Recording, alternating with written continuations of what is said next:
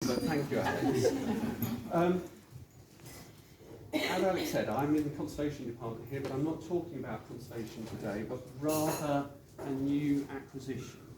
And just to let you know where the Bodleian's collections come from, this was bought on Etsy recently, which is an odd place to start. It is a facsimile of a letter from a woodcut alphabet book dated 1464. And what I want to do today is just show it how it relates to other items in the Bodleian's collection, and more importantly to the study of the history of printing and the study of the history of printing in the Bodleian. The method that and I should point out that this is the original.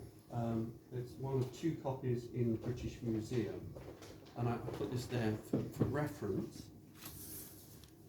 And the alphabet, in its method of printing, is most similar to block books. And for those of you who don't know, I'm going to give you the definition, which I think is the best I've seen, definition of block books from the late Nigel Palmer. And he said, the simplest definition of a block book is that it is a book printed from woodblocks without recourse to movable type. And we're going to be all about blocks today. So, the block that's been purchased is a facsimile of the letter K, and it was used to print, and I'll give you the full title, a treatise on wood engraving, historical and practical, with upwards of 300 illustrations engraved on wood by John Jackson. And it was published by Charles Knight and Co. in 1839. There it is described, or the original book is described as, there is in the print room of the British Museum a small volume of woodcuts which have not hitherto been described by any bibliographer. And as I've said, there are only two copies of this work known, and both are now in the British Museum. So it might not seem obvious why we've bothered to buy this. But importantly, the treatise also goes on to explain that, and I quote, it consists of an alphabet of large capital letters, formed of figures arranged in various attitudes. There is only one cut on each leaf, the back being left blank as in most block books, and the impressions have been taken by means of friction. The paper at the back of each cut has a shining appearance when held towards the light. The ink is merely a distemper or watercolour, which will partly wash out by application of hot water, and its colour is a kind of sepia. So, here's the block, and here we have the book that was printed with this block, the 1839 Treatise on Wood Engraving. And again, I'm going to quote from the book. It tells us, the above, i.e. the print, is a facsimile of the cut referred to, the letter K, of the size of the original. Remember that. Now, earlier I gave the title of the book from the title page, which only mentions the engraver John Jackson. This book was actually written by William Andrew Chatto, and the absence of his name and alterations to his preface clearly angered him. He produced a densely written, privately printed, 36-page third preface, where he really lays into Jackson. This is fantastic because it gives us lots of other information about the production of this book and our block. He's very rude about Jackson, who he calls an illiterate, ignorant man. And he also gives us his nickname, Old Hickory the Woodcutter. But within this 36 pages of invective, at one point he says, I won't go into I said, he said, but then he does. Anyway, he says, of the numerous copies of old woodcuts contained in the work, not a single one has been either drawn or engraved by Mr. John Jackson. He goes on to say that Jackson and Knight suppressed, and I quote, the name of Mr.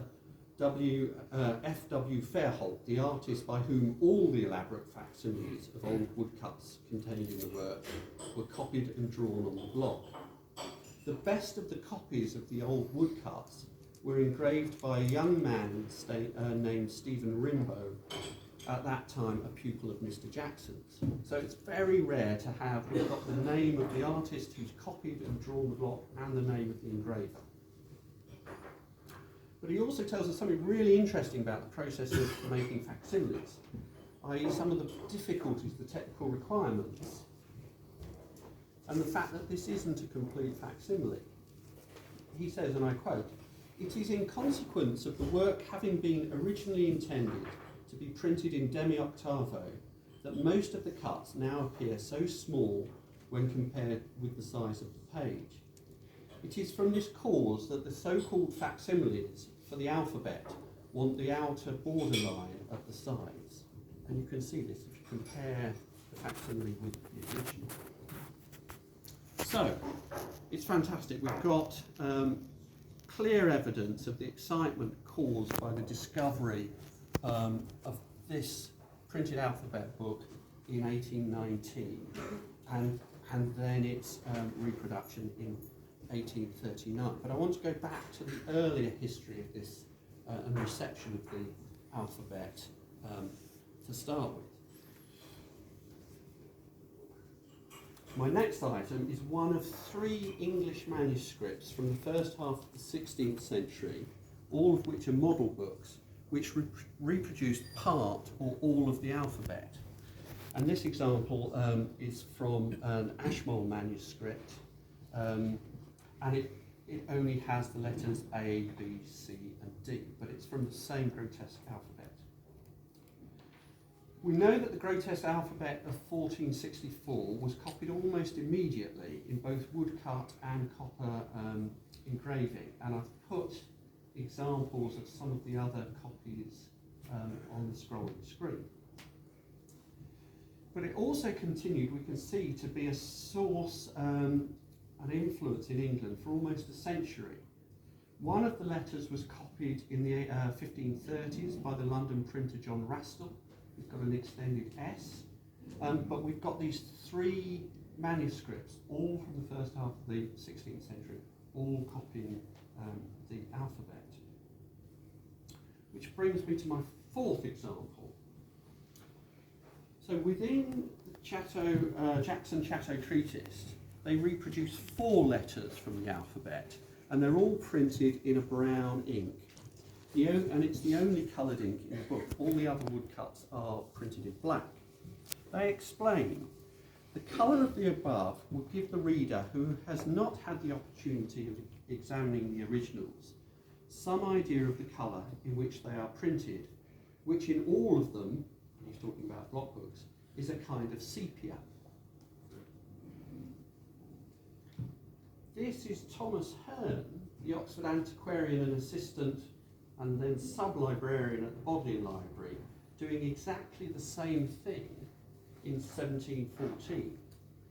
Here, in an essay on early printing ink, he discusses the colour and texture of the inks used for some block books and early woodcuts.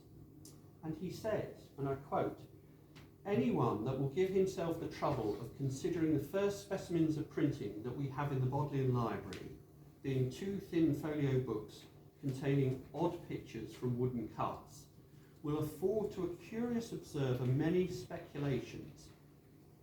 But because those books cannot be conveyed out of the library, to give him a better idea of the nature of them, I shall subjoin the specimen of a fragment of another book that was communicated to me by Mr. Bagford," that being John Bagford, the antiquarian and bookseller. So I think it's fantastic we're doing exactly the same thing at 100-year intervals, trying to give you an idea of the method and colour of printing of these block books. We're almost there, to number 5. So, from a letter printed in the 1839 treatise, a letter from Samuel Lissons to the then owner of the grotesque alphabet, Sir George Beaumont, in 1890. We know that Francis Dowse was shown the grotesque alphabet before it was given to the BN. And I quote from the letter again. I return herewith to your curious volume of ancient cuts. I showed it yesterday to Mr. Dowse, who agrees with me that it is a great curiosity. He thinks the blocks were executed at Haarlem and are some of the earliest productions of that place. He has in his possession most of the letters executed in copper, but very inferior to the original cuts. And these are most likely the version by the master of the banderols, which are scrolling through. Now we also know that Dowse also came to the Bodleian in July 1830, when we know from his notes that he also looked at the 3 complete block books that were then in the collection. He bequeathed his collection to Bodleian in 1834, which included 2 further block books, and possibly 3 of these woodblocks, which now have the shelf mark Dowse Woodblocks. 2 of these blocks are for the letters X, Y, and Z from the same grotesque alphabet. And though they're now damaged, and they all have hooks where they were hung in the Dowse room on display, we know that they were first mentioned in 1896 by the incunabulist Robert Proctor. Don't get too excited, these aren't the original 1464 blocks. Robert Proctor was able to show that they'd been made for John Bagford in his early 18th century projected history of printing. Just heard about printing. Which brings me, I'm going to finish on item 6. Recent work by Whitney Tretian and Ed Potton has linked our 2 alphabet blocks, or actually our 3 blocks, with one block at the John Rylands Library in Manchester, one at the British Museum, and another one at the British Library, all for the projected history of printing by Bagford. And here I'm showing you some of Thomas Hearne's papers, now in the Rawlinson collection here at Bodleian. There's an index at the front where Hearne describes them as figures of some odd letters which I had from Mr. Bagford. And there's a note on the back of the final one that says, these are figures of odd letters which I've had from Mr. Bagford. I have an account of them from his own mouth in one of my diary books. So again, it's taken us a long way to go all around the claim. If we go to his diary books, we find that there's both reference to a letter to Hearne from Bagford in February 1708, where it says, Mr. Wanley hath lately happened on some very old alphabets, antique of ye sort of printing, cut on wood, which I shall exhibit in my book. As soon as I have got them cut, I shall send you a specimen of them. I dare say will please you when you see them, which are these collections here. If we go to Hearne's diaries, he has an entry from October 1708, clearly they've arrived by then. Mr. Bagford has had a German printed book of the alphabet drawn exactly.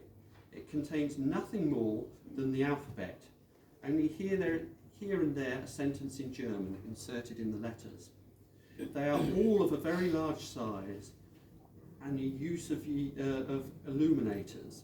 They are made up of several figures as heads of men, etc. The Z is made backwards.